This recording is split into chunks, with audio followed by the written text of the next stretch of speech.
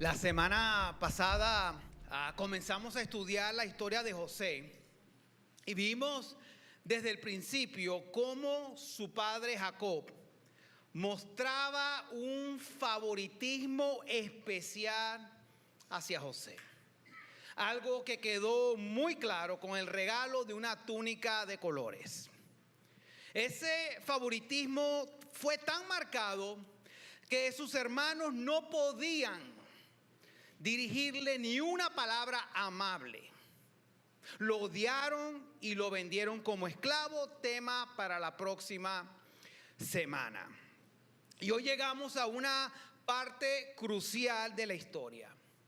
José no tiene uno, sino dos sueños, en los que se da a entender la posibilidad de que sus hermanos e incluso sus propios padres se postrarían ante él. Y bueno, con esto deseo dar la más cordial bienvenida a todos a Red Rocks Church. Una iglesia para toda la familia, una iglesia donde continuamos confirmando que con Dios se vive mejor. Correcto, con Dios se vive mejor. Soy su servidor y pastor Luis Gabriel Montiel y estoy sumamente emocionado. Créame que sí, hermano, estoy emocionado. Estoy emocionado de compartir este mensaje con usted y de iniciar la semana con el pueblo de Dios. Vamos a Génesis capítulo 37. Versículos 5 al 11. Dice: una noche José tuvo ¿qué? Un sueño. Y cuando se lo contó a sus hermanos, lo odiaron más que nunca. Escuchen este sueño, les dijo. Resulta que estábamos en el campo atando gavillas de grano. De repente mi gavilla se levantó y las gavillas de ustedes se juntaron alrededor de la mía. ¿Y sé qué? Inclinaron ante ella. Sus hermanos respondieron: ¿así que crees que serás nuestro rey? ¿No es verdad? ¿De veras piensas que reinarás sobre nosotros? Así que lo odiaron aún más debido a sus sueños y ¿a qué? A la forma en que los contaba. Sigue diciendo la palabra de Dios en el versículo 9. Al poco tiempo José tuvo otro sueño. Y de nuevo, no aprendió la lección este hombre. Se lo contó a sus hermanos. Escuchen, tuve otro sueño, les dijo. El sol, la luna y 11 estrellas se inclinaban ante mí. Esta vez le contó el sueño a su padre, además de a sus hermanos, pero su padre lo reprendió. ¿Qué clase de sueño es ese?, le preguntó. ¿Acaso tu madre, tus hermanos y yo llegaremos a postrarnos delante de ti? Sin embargo, mientras los hermanos de José tenían ¿qué? Celos de él, su padre estaba intrigado por el significado de los sueños. Vamos a orar. Amado Dios y Padre celestial, que estás en los cielos y que estás aquí presente, venimos delante de ti con corazones agradecidos porque tú eres nuestro pastor. Y porque nos permites nuevamente reunirnos como iglesia para escuchar tu palabra. Hoy abrimos la Biblia en Génesis capítulo 37 versículos 5 al 11 y reconocemos que sin la ayuda de tu Espíritu Santo no vamos a poder comprender plenamente ni aplicar lo que tú nos quieres enseñar en esta tarde. Espíritu Santo, te pedimos que ilumines nuestro entendimiento, abre nuestros oídos y toca nuestros corazones para que esta enseñanza no se quede solo en el conocimiento, sino que esta enseñanza transforme nuestra manera de pensar, nuestra manera de hablar, nuestra manera de vivir, que podamos caminar con fe, caminar con obediencia, con humildad y reconociendo que tú eres nuestro pastor. En el nombre poderoso de nuestro Señor y Salvador Jesucristo oramos, y la iglesia dice amén, amén y amén. Iglesia, a pesar que en las próximas semanas vamos a apreciar, vamos a admirar la madurez y la buena conducta de José, no podemos negar que José, ya con su túnica de colores y contando sus sueños de grandeza, confirma su inmadurez, confirma su alardo de superioridad y de hijo favorito y malcriado a sus 17 años. Y con esto llego a mi primera enseñanza. La arrogancia, ¿qué? Cae mal, man. La arrogancia cae mal. Nuevamente vamos a Génesis capítulo 37, versículos 6 al 8. Escuchen este sueño, les dijo. Resulta que estábamos en el campo atando gavillas de grano. De repente mi gavilla se levantó y las gavillas de ustedes se juntaron alrededor de la mía y se inclinaron ante ella. Sus hermanos respondieron: ¿así que crees que serás nuestro rey? ¿No es verdad? ¿De veras piensas que reinará sobre nosotros? Así que lo odiaron aún más debido a sus sueños. ¿Y a qué? A la forma en que los contaba. Se creía la gran cosa el José. Y el rey Salomón confirma en Proverbios capítulo 6, versículo 16 al 19 lo siguiente: hay 6 cosas que el Señor odia. No, son 7. ¿Las qué? Detesta. ¿Los qué? Los ojos arrogantes, la lengua mentirosa, las manos que matan al inocente, el corazón que trama el mal, los pies que corren a hacer lo malo, el testigo falso que respira mentiras y el que siembra ¿qué? Discordia en una familia. River Oaks, la arrogancia no es lo único que Dios odia y detesta, pero sí es lo primero en la lista de lo que Dios odia y detesta. Porque a fin de cuentas la arrogancia es la base para la mentira, para el asesinato, para los planes malvados, para la discordia. River Oaks, no uses las ventajas y añadiduras que Dios te ha permitido tener para menospreciar a otros y creerte mejor que otros. Y créame que las tenemos. Aun cuando los sueños de José se cumplirían y su familia sí terminaría postrándose ante él, eso no justificaba que él aprovechara esos sueños o las faltas de sus hermanos, porque hacían fechorías, lo vimos la semana pasada, para creerse más importante y mejor que ellos. No estaba justificado. River Oaks, José fue elegido para grandes cosas, pero no para engrandecerse a sí mismo. Así también cuando Dios nos concede dones espirituales, posiciones de liderazgo o bendiciones especiales, no son para creernos más que otros, sino para edificar la iglesia y glorificar el nombre de Cristo. River Oaks, José, siendo joven y atractivo, tenía las cualidades para dirigir una nación. Sin embargo, aunque poseía habilidades, le faltaba humildad, algo que Dios desarrolló en él con 13 años de sufrimiento y esclavitud. No se pierda las próximas semanas. Y me pregunto, ¿será que Dios sigue desarrollando humildad en nosotros? Iglesia, para el día en que José fue llevado de la cárcel al palacio de Faraón para interpretar sueños, Dios ya había quitado de su corazón todo rastro de arrogancia. En otras palabras, el día que José llegó ante Faraón, ya no reinaba su orgullo, sino la humildad que Dios había formado en él. Y la pregunta que debemos hacernos es: ¿uso mis talentos y mi posición para sentirme superior o para servir y edificar? La pregunta que debemos hacernos es: ¿reconocemos que necesitamos unos de otros para ser una sola familia en Cristo, o seguimos dejando que la arrogancia cultural, la arrogancia social nos divida? River Oaks, la arrogancia cae ¿qué? Cae mal. Entonces, pastor, ¿cuál es la medicina para combatir la arrogancia? Bueno, la ¿qué? Ahí está la medicina, hermano. Le estamos dando la prescripción. No tiene que ir a Walgreens. Aquí está, la humildad. La humildad. Y el apóstol Pedro, animando a los cristianos que sufrían, porque sufrían después de haber sido expulsados de su tierra Jerusalén debido a su fe cristiana y esparcidos en asilo político por Asia Menor, escribe en 1 Pedro capítulo 5 versículo 5 lo siguiente: y todos vístanse ¿con qué?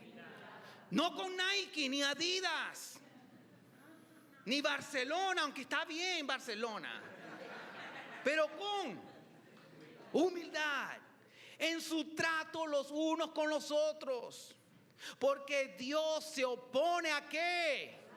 A los orgullosos, pero da gracia a quienes, a los humildes. Vistámonos con humildad. Seamos agradecidos por quienes somos y por lo que tenemos, recordando siempre que todo proviene de Dios. Ahora, no quiero negar que todos hemos hecho sacrificios y trabajado duro para llegar hasta donde estamos, pero detrás de todo ese esfuerzo está la mano poderosa de aquel que sostiene todo el universo.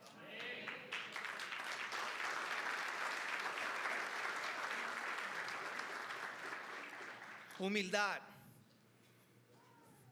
Seamos una bendición con lo que Dios nos ha prestado, usando nuestro tiempo, usando nuestras palabras, usando nuestros conocimientos, usando nuestros recursos para servir y edificar a otros, como José terminó haciendo en Egipto.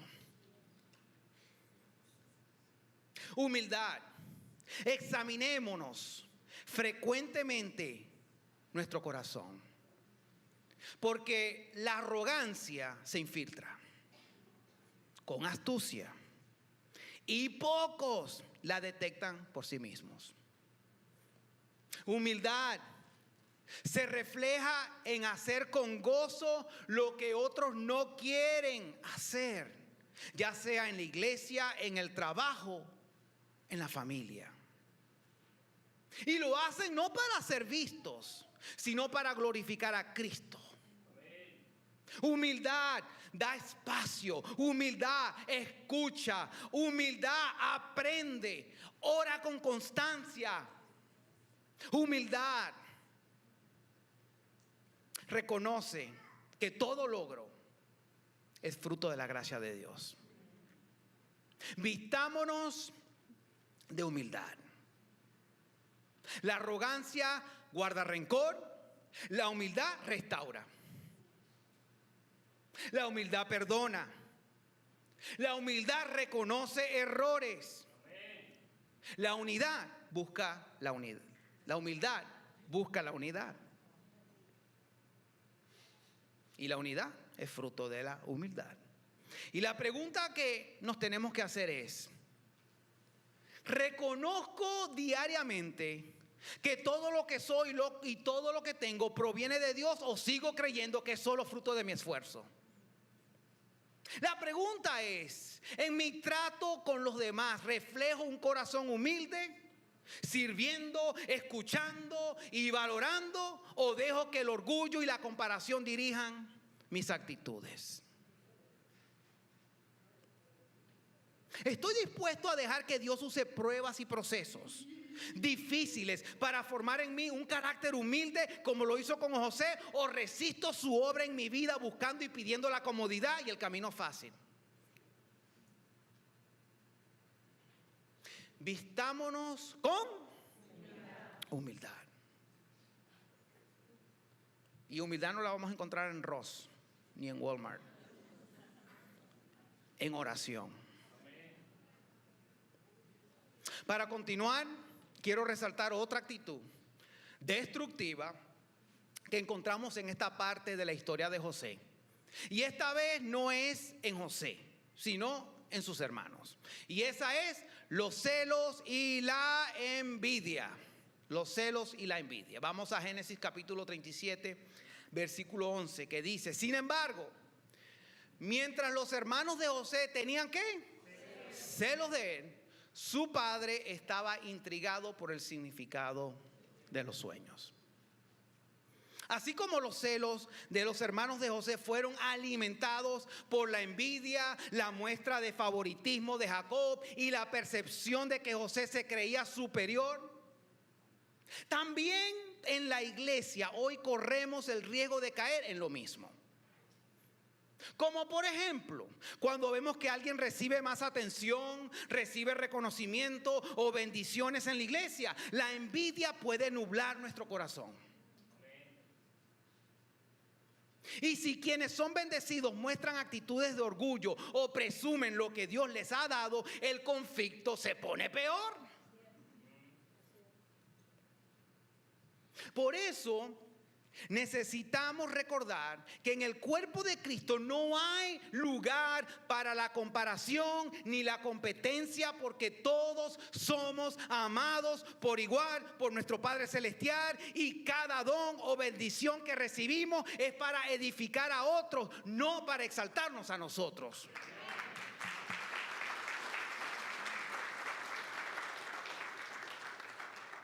El rey Salomón, de nuevo ahí en Proverbios capítulo 14, versículo 30, dice: la paz en el corazón da salud ¿a qué? Al cuerpo. Los celos son como cáncer en los huesos. Iglesia, ten cuidado con entretener celos causados por la envidia de lo que tiene alguien más, de lo que es alguien más, de lo que hace alguien más. Celos y envidia de lo que gana alguien más, celos y envidia de lo que maneja o la casa en que vive alguien más. Celos y envidia del estatus legal o social de alguien más, de la esposa o el esposo de alguien más, de los hijos de alguien más, de la familia de alguien más. Ten cuidado. Ten cuidado de los celos causados por la envidia, del físico o la habilidad de alguien más. Los celos y la envidia envenenan nuestro corazón, destruyen relaciones y dañan nuestra alma. Y la pregunta que tenemos que hacernos es: ¿me alegro sinceramente cuando un hermano en Cristo es bendecido y reconocido, o en mi corazón surgen celos y comparaciones? La pregunta que tenemos que hacernos es: ¿he permitido que la envidia hacia otros en la iglesia afecte mi trato, mi unidad y mi amor hacia ellos? ¿Uso los dones y bendiciones que Dios me ha dado para servir y edificar a los demás, o para sentirme superior a otros? Y la medicina más poderosa en contra de los celos causados por la envidia, mire, aquí le vamos a dar la medicina. ¿Es qué? El contentamiento. El contentamiento. El contentamiento es vivir agradecido con lo que Dios nos da, sin obsesionarnos con lo que no tenemos. El contentamiento es la paz interior que nace de confiar en que Dios siempre provee lo necesario, y por lo que veo, Dios le ha dado a todos aquí lo necesario y más.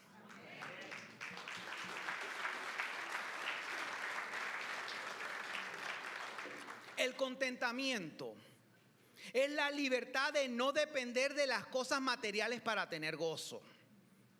El contentamiento es reconocer que nuestro verdadero valor no está en lo que poseemos ni en el título que tengamos, sino en quienes somos en Cristo Jesús. El contentamiento es aceptar que las circunstancias cambian, pero la fidelidad de Dios permanece para siempre. El contentamiento es un corazón que descansa en Dios, convencido de que Dios es más que suficiente. Y para ayudarme a desarrollar esta verdad del contentamiento, les quiero contar acerca de la cárcel más superpoblada del mundo. Esta cárcel tiene más reclusos que camas. Y no está en Maracaibo, no se preocupen. Esta cárcel tiene más residentes que recursos. La mayoría de sus prisioneros nunca serán libres. El nombre de esta cárcel es la cárcel del yo quiero. Todos aquí hemos visto a sus prisioneros. Ellos son los que quieren algo más. Ellos quieren algo mejor, algo más grande, algo más nuevo, algo más rápido, algo más agradable, algo diferente, algo más fácil. Ellos quieren más dinero. Bueno, la verdad es que ellos solo quieren una cosa: un nuevo trabajo, $1 más por hora, un carro más nuevo, una casa más nueva y más grande, una nueva esposa, un nuevo esposo. Ellos solo quieren una cosa: una nueva iglesia. Ellos solo quieren una cosa: un cambio de las leyes, una residencia, una nueva ciudad, un nuevo gobierno. Ellos solo quieren una sola cosa. Y cuando obtienen esa cosa, salen de la cárcel del yo quiero temporalmente, pero de repente pasa, el olor a carro nuevo se va, el nuevo trabajo que pagaba más dinero se vuelve un trabajo común y corriente, cansado. Pero de repente pasa, le comienza a ver los problemas al nuevo país, a la nueva ciudad, al nuevo vecindario, a la nueva iglesia, a la nueva casa, a la nuevo apartamento. Pero de repente pasa, la nueva novia, el nuevo novio o el nuevo esposo o la nueva esposa comienzan a revelar sus fastidiosos hábitos. Y de repente pasa, el gobierno y la ley cambian, pero sus circunstancias no cambian. Y sin darse cuenta, el ex convicto rompe su contrato de libertad condicional y es nuevamente internado en la cárcel del yo quiero una vez más. La cárcel del yo quiero siempre promete libertad, pero en realidad mantiene al corazón encadenado a la insatisfacción. Y lo único que puede romper esas cadenas es una relación personal con Cristo Jesús.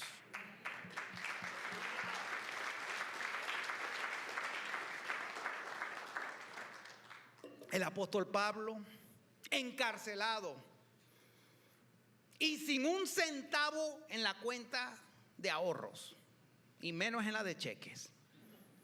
Mire lo que escribe en Filipenses capítulo 4, versículo 11 al 13. No es que haya pasado necesidad alguna vez, porque he aprendido a estar ¿qué? Contento con lo que tengo. Sé servir con casi nada o con todo lo necesario. ¿Sé qué? Sé vivir con casi nada o con todo lo necesario. Menos mal que es vivir, porque iba a servir y iba a hacer otro sermón. Sé vivir con casi nada o con todo lo necesario. He ¿qué? Aprendido el secreto de vivir en cualquier situación, sea con el estómago lleno o vacío, con mucho o con poco, pues todo lo puedo hacer por medio de ¿quién? De Cristo. ¿Quién qué? Me da las fuerzas. Y pastor, ¿qué significa realmente que todo lo puedo hacer en Cristo? ¿Quién me da la fuerza? ¿Qué significa? Bueno, lo vamos a aclarar una vez y por todas. Bueno, en el contexto en que fue escrito esta parte de la Biblia, El apóstol Pablo no está diciendo que si lo declaramos y le pedimos a Dios lo suficiente, se nos garantiza lograr cualquier meta personal que nos propongamos. Pero sí está diciendo que cuando caminamos con Cristo, Él nos dará la fuerza para orar, alabar, mostrar alegría y vivir agradecido y contento con lo que tenemos en cualquier circunstancia, ya sea en abundancia o en escasez, ya sea en salud o enfermedad, ya sea con papeles o sin papeles, ya sea cuando todo marcha bien o cuando todo se complica. Cristo nos da las fuerzas que necesitamos.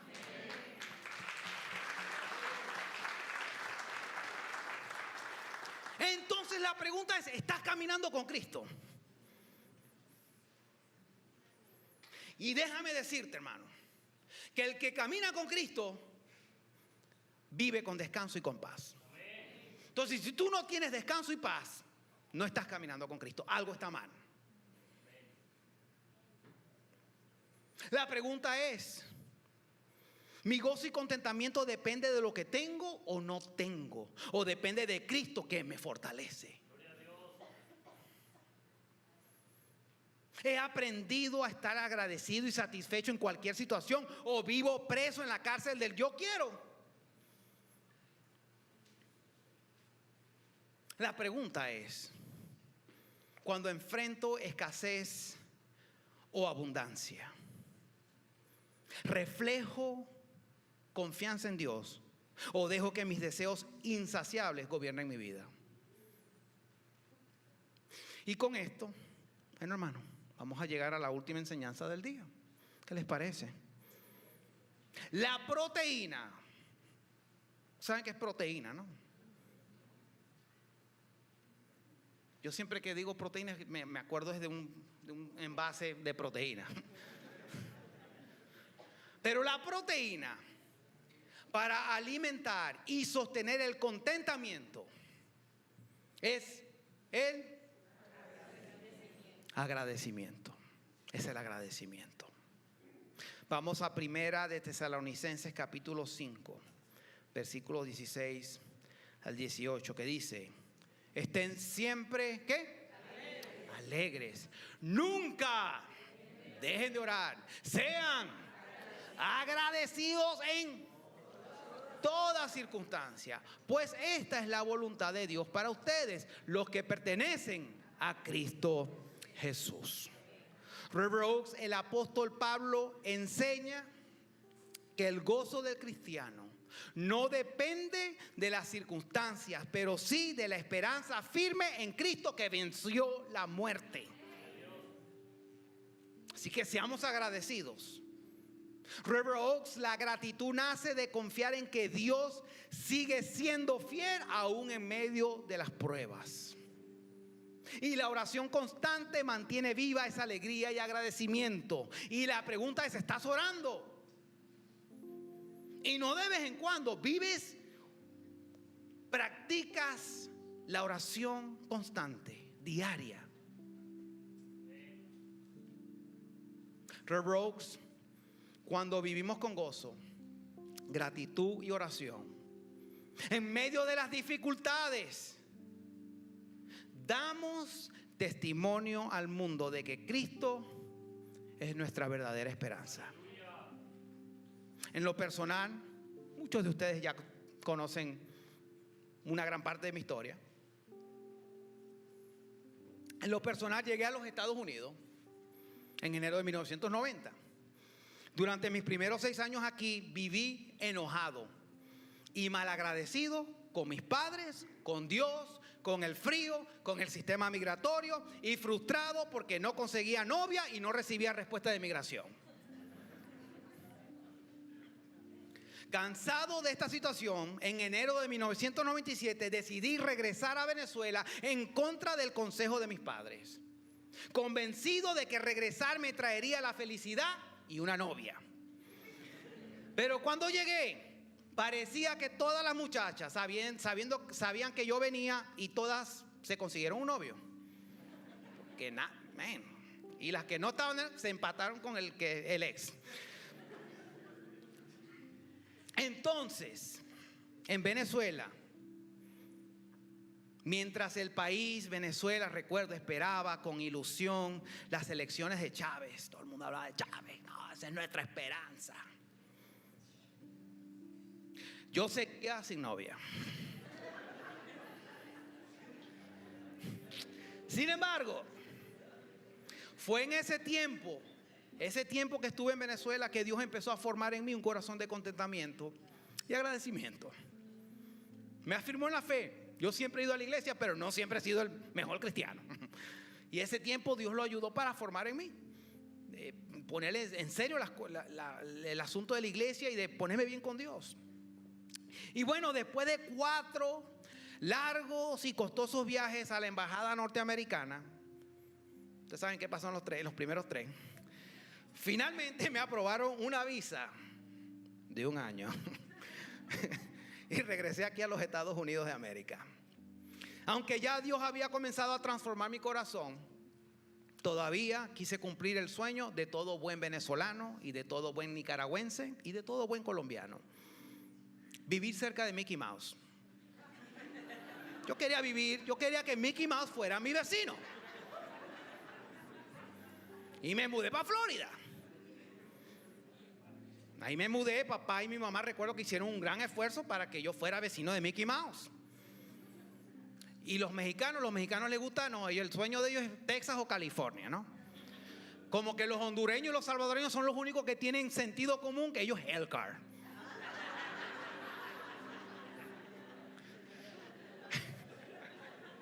Ok, me mudé, pero solamente, hermano, aguanté 2 meses. Sí, y terminé regresando a la tierra prometida, a Elkhart, Indiana, hermano.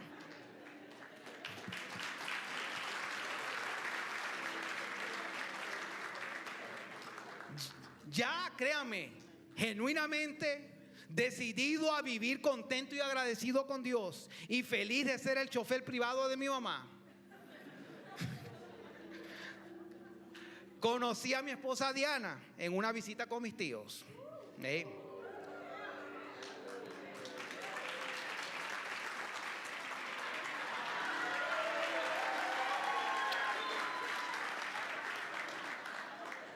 28 años de novio y 26 en noviembre de casado.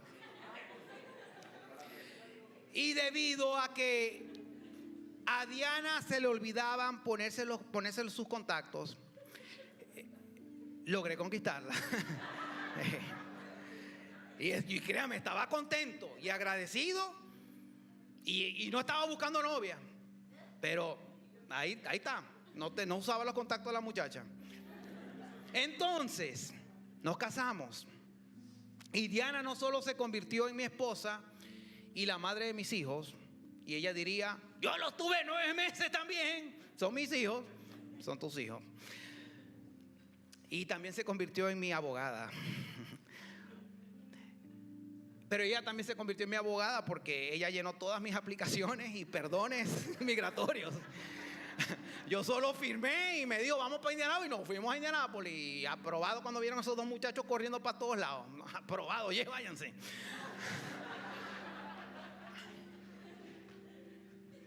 Y créanme, sin estar desesperado, porque yo no estaba desesperado, no estaba ni ansioso. Y a pesar que en esos tiempos habían enredadas de migración aquí en las fábricas de Elkhart, Indiana, y yo no lo vi en Instagram, lo vi las camionetas. Y eso fue a finales de los 90 y principios de 2000 años. Yo estaba tranquilo con Dios, yo tenía paz, yo estaba contento. Bueno, Dios me concedió la residencia. Yo soy ciudadano de los Estados Unidos de América. Y más importante aún, soy ciudadano del reino de Dios.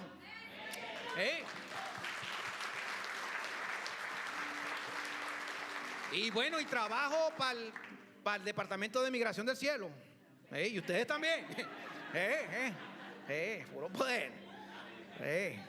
Bueno, y créanme, a veces, hermano, esto no es perfecto, pero a veces tengo mis momentos, hermano, que vuelvo a caer en la cárcel del yo quiero. Créame que sí. Pero desde finales de los 90 he visto cómo Dios me bendice, porque yo no permanezco en esa cárcel por mucho tiempo. Y Dios me bendice no porque yo le insista o porque Él me deba algo, porque Dios no me debe nada. Pero sí porque he aprendido a vivir contento y agradecido con Dios en cada etapa de mi vida. Yo siento, hermano, yo me imagino que Dios como que me ve contento y agradecido. Y Miguel, dale más, ese hombre no me está pidiendo nada, pero denle. Y muchos de ustedes también. Yo sé que muchos de ustedes ya están experimentando eso. Y muchos pronto lo van a hacer. Red Rocks, hoy doy gracias a Dios por sacarme de mi necedad y darme el regalo de entender que Jesucristo es mi todo. Y Jesucristo es mi única esperanza. Yo quiero este país, hermano, pero quiero más a Cristo. Hace poco un hermano de otra iglesia me preguntó si yo ahora ya estoy feliz, porque Red Rocks ha crecido mucho. Hermano, y créame que le contesté sin pensarlo 2 veces. Hermano, yo dejé el inicio. Cuando iniciamos servicios sin gente, hermano, mi esposa y yo estábamos agradecidos con Dios. Estábamos agradecidos. Así que el agradecimiento sigue siendo el mismo. La verdad es que regularmente agradezco a Dios por mi salvación, por mi esposa, por mis hijos, por mis padres, por mis suegros, hermanos. Dios me ha bendecido con unos padres maravillosos, unos suegros espectaculares, unos hermanos puro poder, hermano, con los 4. Un hermano me llamó, todavía hablo con mi hermano, todos los días hablo con ellos. Nos texteamos, unos hermanos maravillosos, sobrinos, cuñadas, cuñados. Hermano, Dios me ha bendecido, hermano, de poder pertenecer a esta hermosa iglesia junto a usted y conocerles a ustedes. Verdad que les amo mucho, hermano. Les amo mucho y ustedes han sido unas bendiciones. Y algo que mi esposa y yo hemos sentido es que ustedes oran por nosotros. Lo sabemos. Red Rocks, aunque tu historia no sea la misma que la mía, el mismo Dios que hace que todo coopere para bien de los que le amamos sigue siendo el mismo para todos.